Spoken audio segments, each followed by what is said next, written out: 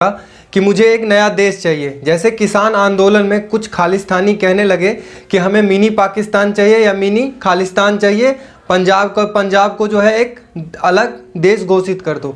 Same condition जो है अभी बंगाल का चल रहा है। तो आइए आज हम जानते हैं कि बंगाल का जो ये कंडीशन हुआ है इसका मेन श्रेय किसको जाता है, किसको जाना चाहिए। ये बीजेपी को जाना चाहिए या फिर टीएमसी को जाना चाहिए।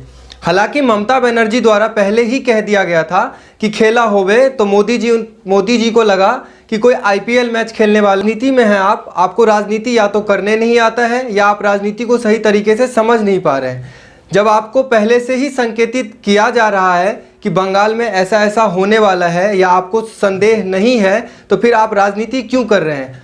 आपके समर्थक का क्या दोष, इन जो ये मर रहे हैं इनका क्या दोष। इनका बस ये दोष है कि वो आपका समर्थन किए, बीजेपी के लिए जान देने को तैयार रह गए। आप जहां भी रैलियां किए या जहां भी आपका रैली हुआ, मोदी जी आपको कह रहा हूं, जहां भी आपने रैली किया, अमित शाह जी ने रैली किया, वहां पे वो लाखों की संख्या में 1 को 2 को 3 को बोल के गए।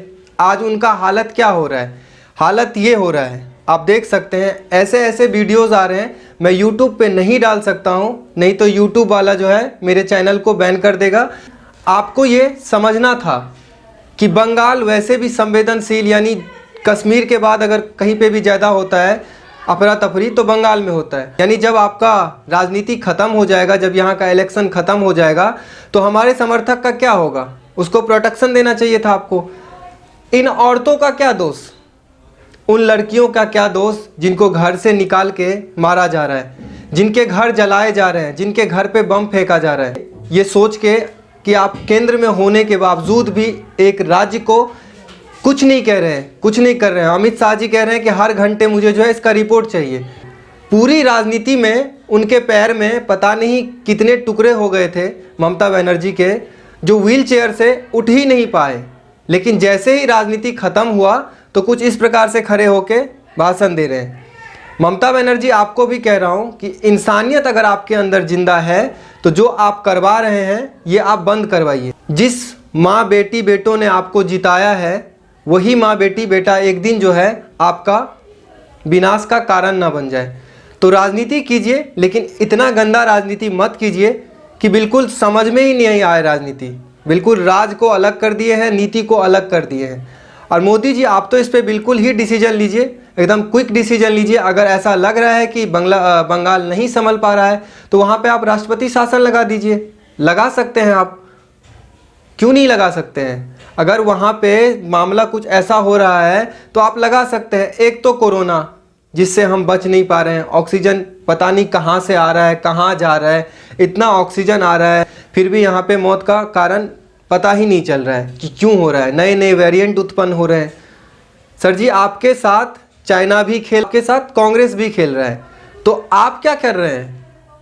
या तो फिर आपको राजनीति आती नहीं है या तो फिर राजनीति करने में कहीं पे गड़बड़ी कर रहे हैं। आप जब देश के प्रधान हैं, जब आपको देश दिया गया है, आप जब देश के प्रधानमंत्री हैं, तो आपका दिमाग, आपके सलाहकार, आपके जितने भी आसपास वाले हैं वो भी उसी लेवल के होने चाहिए। आप डिसीजन तो ले रहे हैं लेकिन बहुत देर कर रहे हैं डिसीजन लेने में। जो डिसीजन तुरंत लेना चाहिए वो आप बहुत लेट कर रहे हैं। इसकी वजह से आपका कोरोना में भी इतना ज़्यादा पब्लिक का काम तमाम हुआ और देश का जो हो रहा है वो तो हो ही रहा है। आपको क्या लग रहा है चाइना आपको छोड़ देगा? कभी नहीं छोड़ेगा। जैसे ही आपका अर्थव्यवस्था ऐसी तैसी होगा, चाइना भी आप पे अटैक करेगा। अभी तो ममता बनर्जी के अटैक से आप नहीं बच पाए हैं, फिर चाइना के अटैक से कैसे बच पाएंगे। क्या है आपका?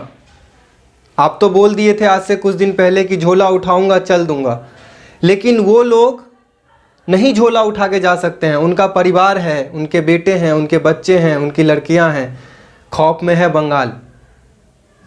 जो किसान के साथ हुआ या किसान ने जो किया दिल्ली में आके, वही कहानी कहीं फिर से ना हो जाए।